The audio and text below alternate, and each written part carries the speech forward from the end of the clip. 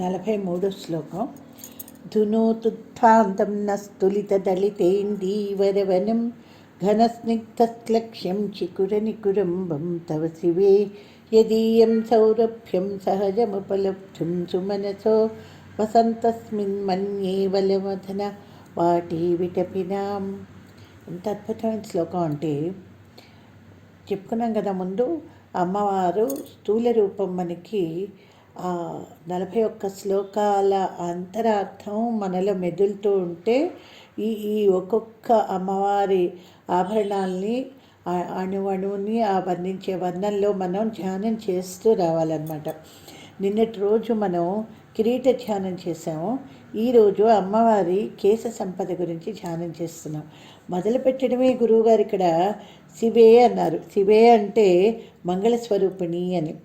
హే శివే, ఓ పార్వతి, దళిత అంటే వికసించిన, ఇందీవరవనం నల్ల కలువలతో దట్టంగా నిండి ఉన్న తోట వలె ఒప్పారే, ఘన నల్లని మేఘం వల్లే లేదా చెక్కనైన, స్నిగ్ధ సుగంధ తైలవాసనలు గుబాళించి లేదా నున్నగా ఉండునట్టి అంటే మృదువుగా ఉండేది, శ్లక్ష్ణం మెత్తగా ఉండునది అయినా, తవ నీ యొక్క చికుర నికురంబ శిరోజముల సమూహము లేదా కేశపాసములు, నహ మా యొక్క ధ్వాంత అంతస్థిమిరమును అంటే హృదయగత అజ్ఞానాంధకారాన్ని, ధునోతు తొలగించుగాక, యదీయం ఏ కేశపాస సంబంధమైన సహజం స్వభావసిద్ధమైన సౌరభ్యం పరిమళమును ఉపలబ్ధం పొందుటకు అస్మిన్ ఈ కేశపాసమునందు వలమధన ఇంద్రుని వాటి నందనోద్యానమందలి విటపినాం కల్పవృక్షముల యొక్క సుమన సహా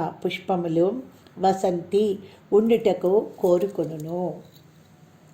అంటే ఓ తల్లి పార్వతి, వికసిస్తున్న నల్ల కలువలు ఒత్తుగా ఉన్న తోట వలె ఒప్పారి నల్లదనం, చిక్కదనం, నునుపుదనం, మెత్తదనం కలిగిన నీ కేశపాసాలులో తురుముపడ్డానికి లేదా అక్కడే ఉండడానికి స్వర్గలోకంలో ఉండే కల్పవృక్ష పుష్పాలు ఆసక్తిగా ఎదురు చూస్తూ ఉంటాయి. అలాంటి నీ కేశపాస దర్శనం మా హృదయగత అజ్ఞానాంధకారాన్ని తొలగించి మమ్మల్ని ప్రజ్ఞానవంతులుగా చేయుగాక అని దీని అర్థం అన్నమాట. అంటే అప్పుడే వికసించి ఉన్న నల్ల కలువల సమూహంతో పోల్చారు అమ్మవారి జుట్టుని. అవి ఎలా ఉన్నాయట? కారు మబ్బుల్లాగా దట్టంగా చిక్కగా ఉన్నాయి. సుగంధ తైలాల్లో కూడుకున్న దానిలాగా మంచి సువాసనలు వెదజల్లుతూ ఉండి మెత్తగా ఉన్నాయట ఆ కురులు. మా యొక్క అజ్ఞానాన్ని తొలగించుగాక. ఈ కురుల యొక్క సువాసనలు తమకు కూడా తెచ్చుకోవడానికి అన్నట్టు ఇంద్రుడి నందనోద్యానవనంలో కల్పవృక్షాల పూలు నీ కురుల్లో చేరాయి. ఎంత అద్భుతమైన పద విన్యాసం, కవిత్వం అంటే అసలు శంకరాచార్యుల వారు మన జగద్గురు అయిపోవడం వల్ల అతనిలో ఉండే ఈ కవి మనకి ఎప్పుడు కూడా మనసుకి రాడు. ఎందుకంటే అతన్ని ఎప్పుడు కూడా ఒక భగవద్ అవతారంగానే చూస్తాం. కానీ అతనిలో ఉండే అద్భుతమైన కవితా పటిమ మాత్రం సౌందర్య లహరిలో మనం చదువుతూ ఉంటే మనకి అర్థమవుతుంది. అంటే ఒక జగద్గురువు కానీ కవిత్వం చెప్తే ఎంత పట్టుగా ఉంటుందో సౌందర్య లహరిలో ఉండే అందం అలాంటిదన్నమాట. ధునోతుధ్వాంతం నస్తులిత దళిత ఇందీవరవరం అన్నారు. అంటే ఏంటి? ఇక్కడ ఇందీవరవరం అంటే ఆవిడ కురులు ఎలా ఉన్నాయటంటేట శివే అన్నారు. మళ్ళీ శివే అంటే మంగళస్వరూపిణి. ఆ మంగళస్వరూపిణి యొక్క కురులు ఎలా ఉన్నాయి? దళిత అంటే వికసించి, ఇందీవరవనం అన్నారు. అంటే నల్ల కలువలతో దట్టంగా నిండి ఉన్న తోట. అంటే ఇక్కడ 2 విశేషాలు వాడారు. వికసించిన నల్ల కలువల తోట. అంటే అమ్మవారి నిన్న మనం కిరీటంలో ఏమిటి మనం ధ్యానం చేసాము? రకరకాల సూర్య సమూహాల కాంతులు ప్రతిఫలిస్తున్న చంద్రరేఖ మీద ఇంద్రధనస్సుందా అని సాధకుడు భ్రమపడక ఉంటాడా అనుకున్నాం. అంటే ఆ చంద్రకళనే ఇక్కడ కాన్సన్ట్రేట్ చేస్తున్నారు గురువుగారు ఎప్పుడు కూడా. సాదాఖ్య కళ అంటే హయ్యెస్ట్ అనమాట. మనకి అగ్ని సూర్య చంద్రాత్మకం కదా ఆవిడ. ఆ పైన ఆజ్ఞాచక్రం పైన, ఎందుకంటే మనం అక్కడే కదా కాన్సన్ట్రేట్ చేస్తున్నాం చక్రాల గురించి మాట్లాడుకున్నప్పుడు. ఆ ఆజ్ఞాచక్రం పైన ఉన్న మూడు అనిలాత్మకం అంటే అగ్ని సూర్య చంద్ర కళలు. ఆ సాదాఖ్య కళ గురించి చెప్తున్నారు ఇక్కడ. అక్కడ నల్ల కలువలు ఎప్పుడు వికసిస్తాయి? చంద్రోదయం అయినప్పుడే వికసిస్తాయి. ఆ వికసించిన నల్ల కలువల తోట అంటే ఏంటి? ఆ వికసనం ఎప్పుడు జరుగుతుంది? ఆ చంద్రకాంతి పడ్డప్పుడు. సాధకుల్లో కూడా అతనిలో అలాంటి తోట అంటే అలాంటి కేశాలు ఆవిడ. ఆ కేశ సంపద దర్శనం కానీ జరిగితే సాధకుల్లో అజ్ఞానాంధ తిమిరం అనేది అంటే ఆ చీకట్లు పోతాయట. అంటే ఇక్కడ కేశాలు మనకి అంటే సప్తసత్య అవి తెలిసిన వాళ్ళకి తెలుస్తుంది. దుర్గాదేవి మహిషాసురమర్థని కాలంలో దుర్గాదేవి ఆవిర్భావంలో కేశ సంపద యముడి కాంతలతో అంటే అతని తేజస్సుతో వచ్చింది అమ్మవారికి. అంటే దేవతలందరూ కూడా తమ తమ తేజస్సుని అమ్మవారికి ఇచ్చి అమ్మవారి రూపంలో వాళ్ళు నిక్షిప్తం చేశారు. అలాగే కేశాల్లో యముడి యొక్క తేజస్సు నిక్షిప్తమైంది. యముడు అంటే ఏంటి? మృత్యువుకి సంకేతం. దేని మృత్యువు అంటే ఇక్కడ మామూలుగా శరీరంలో మనం మానవ దేహాల్లో మృత్యువు అంటే మనం మానవ శరీరం అంటే మరణించడం. కానీ ఇక్కడ మృత్యువు దేనికి అది అవుతుంది? మృత్యుకారకం యముడి ద్వారా వచ్చిన ఆ కళ ఆ తేజస్సు దేనికి కారణం అవుతుందంటే మనలో ఉండే అజ్ఞానాన్ని చంపేస్తుంది, అంటే నాశనం చేస్తుంది. చేసి అంటే అజ్ఞానం నాశనం అయిపోతే ఉండేది ఏంటి? ఇంకా అహం బ్రహ్మాస్మే కదా.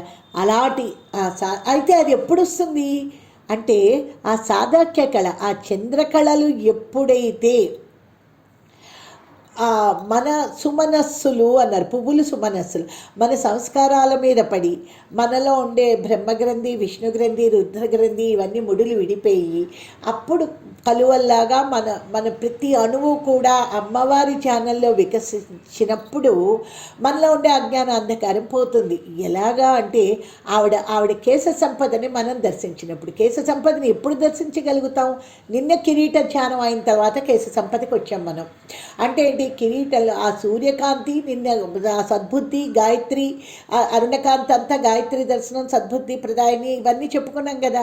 కాబట్టి ఇలాంటి సాధకుడు భూమి ఆ సాధనా భూమిలో సాధకుడు ఉండి అప్పుడు అమ్మవారి కురులని దర్శనం చేస్తే, కురులు ఎక్కడుంటాయి? అమ్మవారి వెనుక ఉంటాయి. అంటే ఈ రూపం వెనుకాలుండే ఆ తత్వాన్ని మనం గ్రహించినప్పుడు, అంటే ఆవిడ సిగ చుట్టుకొని ఉంది, ఆ సిగలో ఉండే పువ్వులు ఏమిటి అంటేట వలమర్థనుడు అంటే అలాంటి రాక్షసుడిని చంపిన ఇంద్రుడు. అంటే ఇక్కడ ఇంద్రశక్తులన్నీ కూడా మన కోసం కాదు. లలితోపాఖ్యానం ఫౌండేషన్ అని నిన్ననే చెప్పుకున్నాం కదా. ఈ దేవతలందరూ కూడా నీరసించిపోయినప్పుడు శివుడు వాళ్ళకి సలహా ఇచ్చేట, మీరు మిమ్మల్ని మీరు ఆహుతులుగా వేసేసుకోండి, నేను ఒక హవనకుండం క్రియేట్ చేసి యజ్ఞం చేస్తాను, అమ్మవారు అప్పుడు ఉద్భవించి ఆ బండాసురుణ్ణి చంపుతుంది అని చెప్తాడు. కాబట్టి వాళ్ళ ఇంద్రియాలు మన కోసం, శరీరం కోసం కాకుండా ఒక దేవకార్య సముజ్జత, దేవకార్యం కోసం ఆవిడ ఉద్భవించింది కదా. ఎలా ఉద్భవించింది? చిదగ్నికుండ సంభూత. చిదగ్నికుండంలోంచి ఎవరు రగిల్చేరది? శివుడు రగిల్చిన చిదగ్నికుండం. శివుడు అంటే ఎవరు? గురు బ్రహ్మ, గురు విష్ణు, గురుదేవో మహేశ్వర, గురు సాక్షాత్ పరబ్రహ్మ, తస్మై శ్రీ గురువే నమః. అంటే ఆ పరమేశ్వరుడే దక్షిణామూర్తి. అతనే మనలో రగిల్చి ఆ చిదగ్ని అంటే మనలో ఉండే చిత్త అగ్నిని, అంటే మన మనసులో హృదయాకాశంలో మన ఇంద్రియ ప్రవృత్తులన్నీ మనవి కాదు, అమ్మవారు ఇచ్చినవి, ఇవి శరీరం కోసం కాదు, ధర్మార్థ కామ మోక్ష సాధనకే ఇచ్చారు అనే ఆ విజ్ఞత వచ్చినప్పుడు ఆ చిదగ్ని కుండంలో గురు ఉపదేశంతో ముందుగా మనకు వచ్చేది ఏమిటి అంటే ఇక్కడ అనమాట మనకి తెలుస్తున్నది ఏంటి అంటే కేశ సంపద. కిరీటం నిన్న చూసాము, ఇప్పుడు కేశ సంపద మనలో అంటే ఆ వెనుక భాగంలో అమ్మవారే సృష్టిగా పరిణమించింది. కానీ అమ్మవారు వేటిని అంటకుండా ఉంది. అంటే అమ్మవారి రూపం వెనకాల ఉండే ఆ తాత్విక జ్ఞానం మనం దర్శించినప్పుడు మనకి పంచదశి మహామంత్రం మనకి గోచరం అవుతుంది. ఎలా అంటే పంచదశి మహామంత్రంలో 3 భాగాలు ఉన్నాయి. వాటిని విడివిడిగా 3 కూటములు అంటారని చెప్పుకున్నాం కదా. అవి మొదటి కూటం ఏంటి? వాగ్భవ కూటం, రెండోది కామరాజ కూటము, మూడోది శక్తి కూటం. మానవ దేహం కూడా, మన శరీరం కూడా ఈ రకంగానే 3 కూటాలుగా విభజింపబడిందని చెప్పుకున్నాం. అందులో ఈ వాగ్భవ కూటం దేనికి ఎక్కడ ఉంటుంది అంటే తల భాగంలో ఉంటుంది. కాబట్టి ముందు చిదగ్ని నుంచి అమ్మవారు బయటకు వస్తున్నప్పుడు ఆ కిరీటం, ఆ వాగ్భవ కూటము, అంటే పంచదశి మహామంత్రంలో మొదటి కూటం అంతా కూడా అమ్మవారి తలభాగం వరకు మనం అంటే దర్శించడం జరుగుతుంది అనమాట. అంటే పంచదశి మహామంత్ర రూపం ఆవిడలో దర్శింప చేస్తున్నారు మనకి గురువుగారు వాగ్భవ కూటంలో. అందుకే నిన్న మనకి గాయత్రి మంత్ర ద్రష్టలుగా తీర్చిదిద్ది వాళ్ళని అక్కడ అమ్మవారిలో గాయత్రి దేవతా సాక్షాత్కారాన్ని పొంది సూర్యుడి ఆరాధనతో తర్వాత వెంటనే ఆ పైన సాదాఖ్య కళ అంటే చంద్రకళ అనమాట. సాదాఖ్య కళ ఈ సువాసిని అంటే సుమనస్సులు పువ్వులు ధరించిన ఆవిడసిగ. పువ్వులు అంటే పుష్పాలు, సుమనస్కులు అన్నారు ఇక్కడ. సుమనస్కులు అంటే మంచి మనసు, మంచి సంస్కారాలు గల వారిని కూడా సుమనస్కులు అంటారు. అలాగే పువ్వులు, వాటి అర్థం అంటే పువ్వులు దేనికి సంకేతం? మృదువుగా ఉంటాయి, సువాసనలు వ్యాపింపచేస్తాయి, మనుషులకు ఆహ్లాదాన్ని కలిగిస్తాయి, ఎల్లవేళలా ఆనందాన్ని కలిగిస్తాయి. అవన్నీ కూడా అంటే మంచి సంస్కారాలు వేటినైతే కలిగిస్తాయి. మంచి జ్ఞానం ఉంటేనే మంచి సంస్కారాలు వస్తాయి. మంచి సంస్కారాలు ఉంటేనే వాళ్ళ చుట్టుపక్కల వాతావరణం అంతా కూడా ఆహ్లాదకరంగా ఉంటుంది. పువ్వుల తోటలోకి వెళ్ళామనుకోండి ఎంత ఆహ్లాదకరంగా ఉంటుంది. ఎలాంటి నిస్తేజంగా ఉన్నవాడికైనా ఆ పువ్వుల తోటలో అడుగు పెట్టేసరికి ఆ పలకరిస్తున్న ఆ పువ్వులన్నిటినీ చూసి ఆ వాసన పరిమళభరితమైన ఆ గాలిని మనం ఆస్వాదించినప్పుడు ఆ తోటలో తిరుగుతున్నప్పుడు మనలో ఉండే చింతలన్నీ ఎలా పటాపంచలు అయిపోతాయో ఆ విధంగా నల్ల కలువల తోట, అది కూడా సరోవరం ఉందిట, అక్కడ కలువ పువ్వులు అన్నీ వికసించి ఉన్నాయిట, నల్ల కలువల తోటలా ఉందిట ఆవిడ శిరోజాలం అంతా కూడా. అంటే కలువలకు ఉండే గొప్ప ప్రత్యేకత ఏంటంటే చాలా మృదువుగా ఉంటాయి, చంద్రుడిని చూసినప్పుడు మాత్రమే వికసిస్తాయి.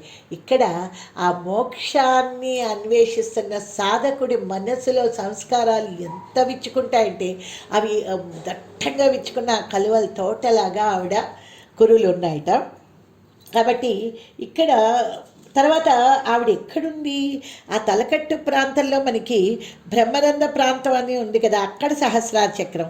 చంద్రమండలం అంటే ఏంటి? సుధా సముద్రం ఉంది. ఈ చంద్రమండలం ఘనీభవించిన వెన్నెల్నే కలిగి ఉంటుంది. కాబట్టి ఈ వెన్నెల వెలుగులు చిమ్ముతూ వికసించే నల్లు కలవలతోటి ఆ ప్రాంతంలో ఆ మొత్తం అంతా కూడా ఒక చల్లటి వాతావరణం ఏర్పడింది అనమాట, అమృతమయమైన వాతావరణం. అలాగే ఇంకొక విచిత్రమైన విషయం ఇక్కడ గురువుగారు చెప్పారు. సాధారణంగా రకరకాల పువ్వులు స్త్రీలు తమ జడలో పెట్టుకోవడానికి ఉత్సాహం చూపిస్తుంటారు.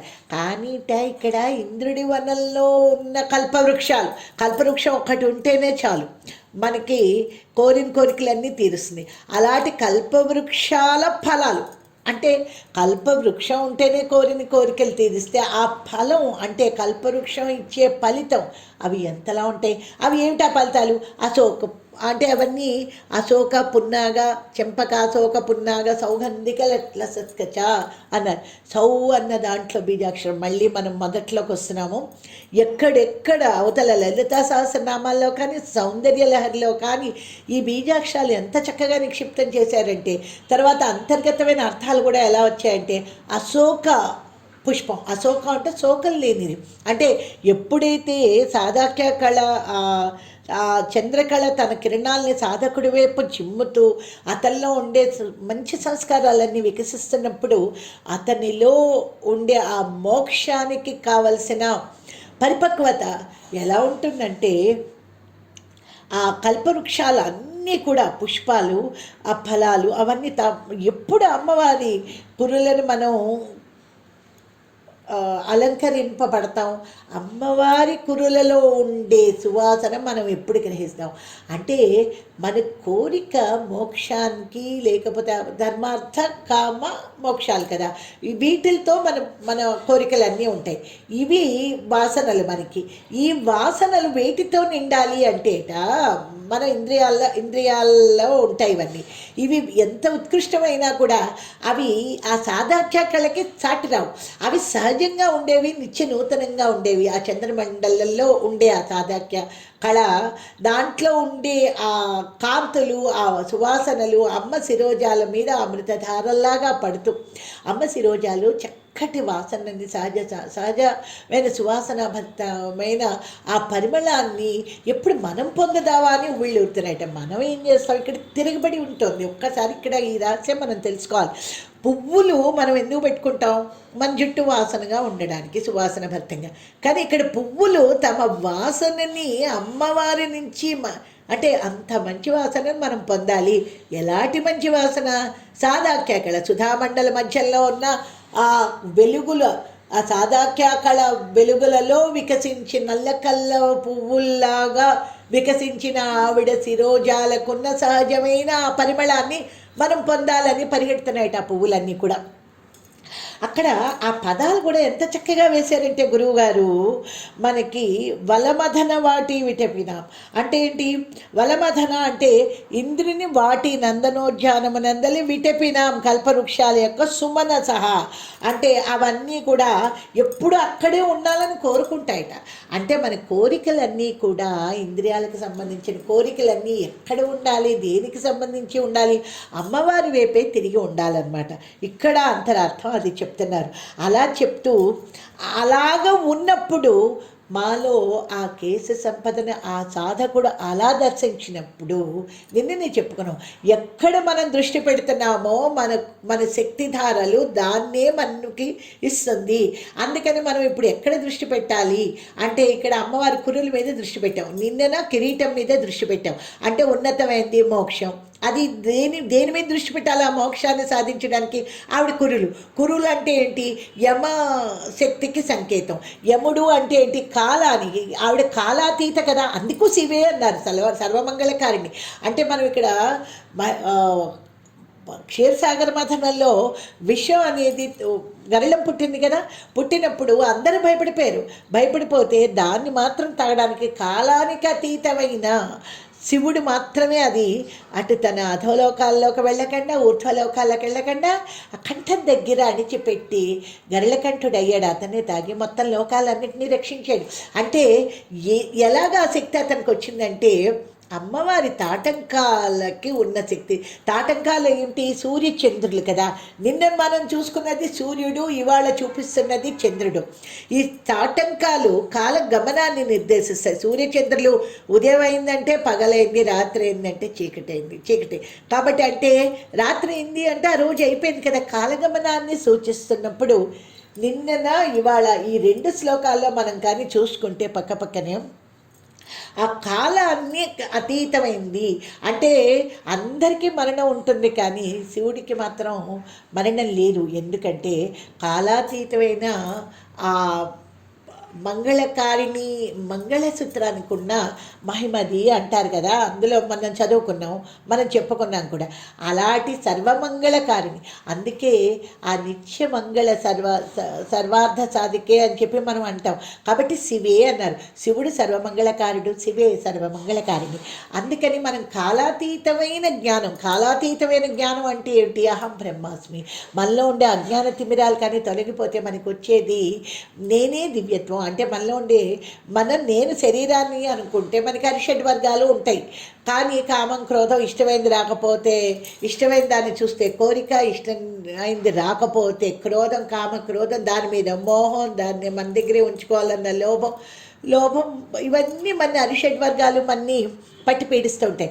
అలా కాకుండా ఎప్పుడైతే ఆ కిరీట ధ్యానం చేసి అక్కడ ఉండే ఆ ఉత్కృష్టమైన జ్ఞాన సంపదని మనలో ఉంచుకొని ఆవిడ కేశాలను మనం దర్శిస్తాము.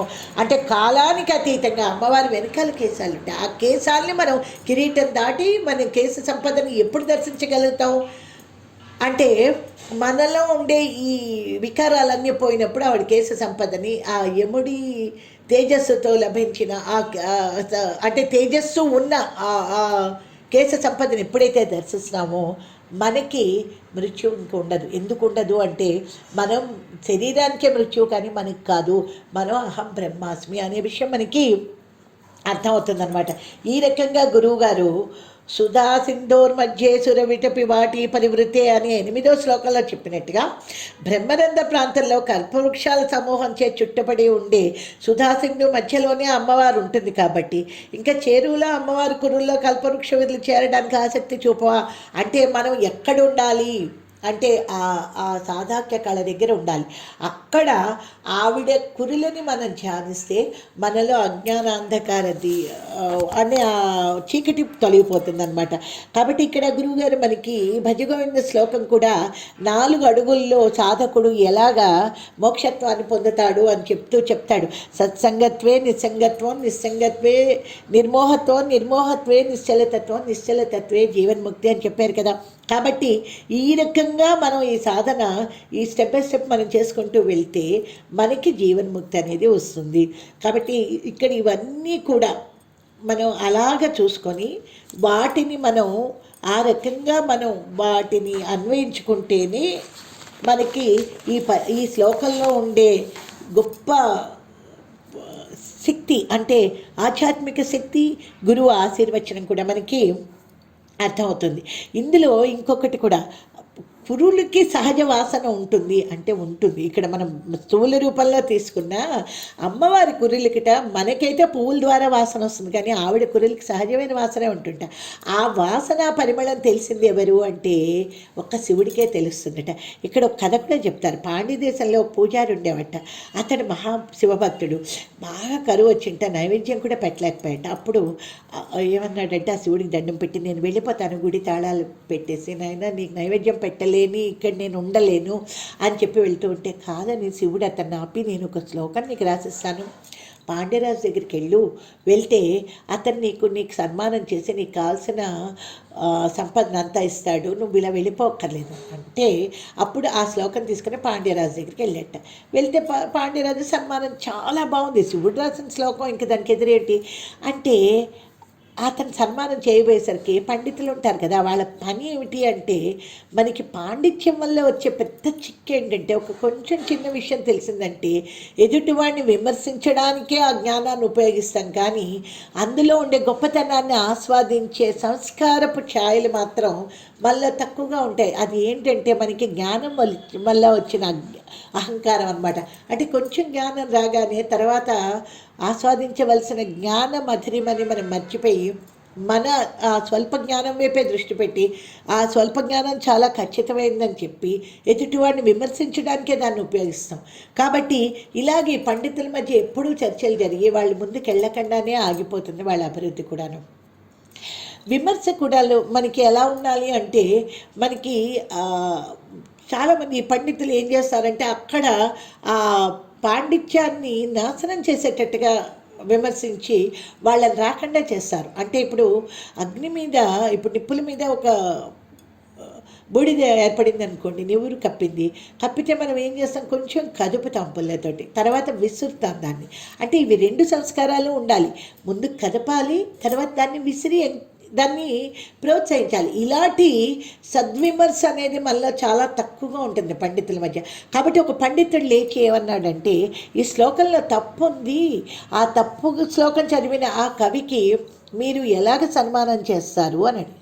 అంటే ఏమిటి ఆ పొరపాటు అంటే అమ్మవారి కేశాలు వర్ణిస్తూ కేశాలకే సహజ పరిమళం ఉంది అంటున్నారు. ఏ స్త్రీ కేశానికైనా పరిమళం అనేది మంచి సువాసనాభరితమైన తైలాల వల్ల వస్తుంది, పువ్వులు ధరించడం వల్ల వస్తుంది, కానీ కేశాలకి పరిమళం ఎలా ఉంటుంది? అందుకని ఇది దోషభూయిష్టమైన కవిత్వం, కాబట్టి ఇతని సన్మానానికి అర్హుడు కాదు అన్నట్టు. అంటే ఇంక ఇతనికి శివభక్తుడికి బాధ వేసి శివుడి దగ్గరికి మళ్ళీ వెళ్ళిపెట్టాం. నువ్వు శ్లోకం ఇచ్చావు, ఇన్నాళ్ళు నాకు ఏదో దరిద్రం బాధే ఉంది. నేను ఎప్పుడు చేయిచాచి ఎవరిని అడుక్కోలేదు, నిన్నే వేడుకుంటూ ఉండేవాడిని. ఇప్పుడు నువ్వు వెళ్ళి ఆ శ్లోకం చూపించి అడగమన్నావు, అడిగితే సన్మానం చేస్తే పోనీ నాకు ఆశ ఏంటంటే నీకు నైవేద్యం పెట్టుకోవచ్చు కదా అని వెళ్ళాను. కానీ నాకు ఇక్కడ అవమానమే ఎదురైంది, నీ శ్లోకం నువ్వే తీసుకుని నాకు అక్కర్లేదు, నేను వెళ్ళిపోతాను అన్నట్టు. అంటే శివుడు అప్పుడు అన్నట్టు కాదు శ్లోకంలో తప్పేమీ లేదు, నేను పద నీతో వస్తాను అన్నట్ట. మారువేషంలో వచ్చేట. వస్తే మళ్ళీ అదే విమర్శ ఆ పండితుడు. అప్పుడు శివుడికి కోపం వచ్చి, అతనికి తెలుసు ఆ పార్వతీదేవి కురుల సువాసన ఏంటో ఇతనికేం తెలుసు. కాబట్టి అతను అన్నట్ట, పార్వతీదేవి కురులకి సువాసన లేదా, సహజ సిద్ధమైన పరిమళాలు ఉంది కదా అన్నట్ట. అంటే ఏదో తెలిసినట్టు మాట్లాడుతున్నావు నువ్వెవడివి మధ్యలో, పార్వతీదేవి పరిమళాలని, కేశ పరిమళాలని గురించి చెప్పడానికి, సహజ పరిమళాలని అని వాదించినప్పుడు అప్పుడే అతను ఆ పండితుడు అజ్ఞానాన్ని తొలగించడానికి ఒక మూడో కన్ను చూపించేట. అయినా కూడా అతను అజ్ఞానాన్ని నశించలేదు. నీ బుర్ర చుట్టూ కళ్ళు చూపించి, నీ ఒళ్ళు చుట్టూ కళ్ళు చూపించినా నేనే నమ్మను, నువ్వు ఇలా జిమ్మిక్స్ ఏం చేయడానికి వీల్లేదు అంటే అప్పుడు శివుడికి కోపం వచ్చి కుష్ఠవ్యాధిగ్రస్తుడి అయిపోవాలి అని శాపం పెట్టాడు. ఆ తర్వాత కథ వేరే జరిగిందనుకోండి. కానీ అప్పుడు అతను కాళ్ళ మీద పడి అతను శివ సాక్షాత్ అంటే శివుడిని అర్థం చేసుకొని అప్పుడు తప్పు సరిదిద్దుకున్నట్ట. ఆ తర్వాత అయితే ఎలా పోతుంది అంటే అక్కడ నువ్వు కైలాస దర్శనం చేసుకో, అప్పుడు నీ కుష్ఠవ్యాధి పోతుంది. అంటే ఏంటి, శివతత్వాన్ని గ్రహించుకోవయ్యా అని చెప్పడమే అక్కడ. కాబట్టి ఇక్కడ ఏంటంటే ఆ కురుల సౌందర్యమే ఎలాంటిదంటే మెత్తగా ఉంటుంది. అంటే ఆ కళలు ఎలా ఉంటాయి, అమ్మవారి అనుగ్రహం, నల్లటి దట్టమైన కురులు.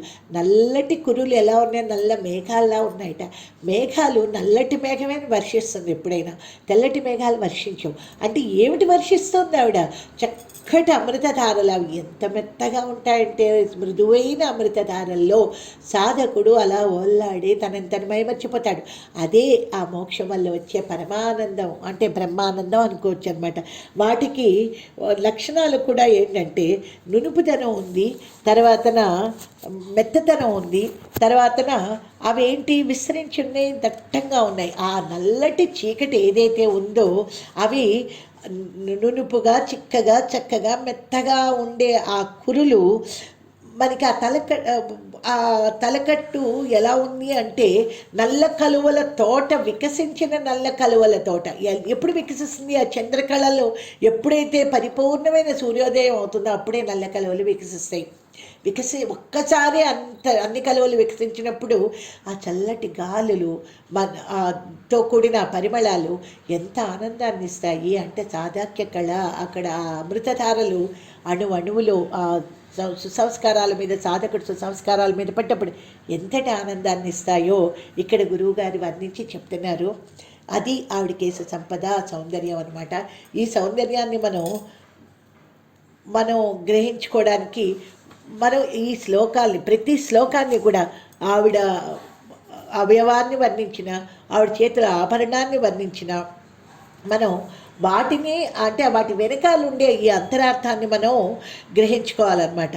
కాబట్టి అలా గ్రహించుకున్నప్పుడు మాత్రమే మనకి ఈ కురుల సౌందర్యంలో ఉండే గొప్పతనం కానీ, అలాగే ఆవిడ చేతుల్లో ఉండే ఆయుధాల గొప్పతనం కానీ ఇవన్నీ కూడా మనకి అర్థం అవడానికి, సాధకుడు తన సాధన స్థాయిని పెంచుకొని ఆ మోక్షగామిగా అవ్వడానికి కావలసిన ఒక విగ్రహ ప్రతిష్టని అణువుని సాధకుడి మస్తిష్కంలో కానీ అంతరంగంలో కానీ ప్రతిష్ట చేస్తున్న గురువుగారికి నమస్కరిస్తూ రేపు మరో శ్లోకం గురించి మనం చర్చించుకుందాం.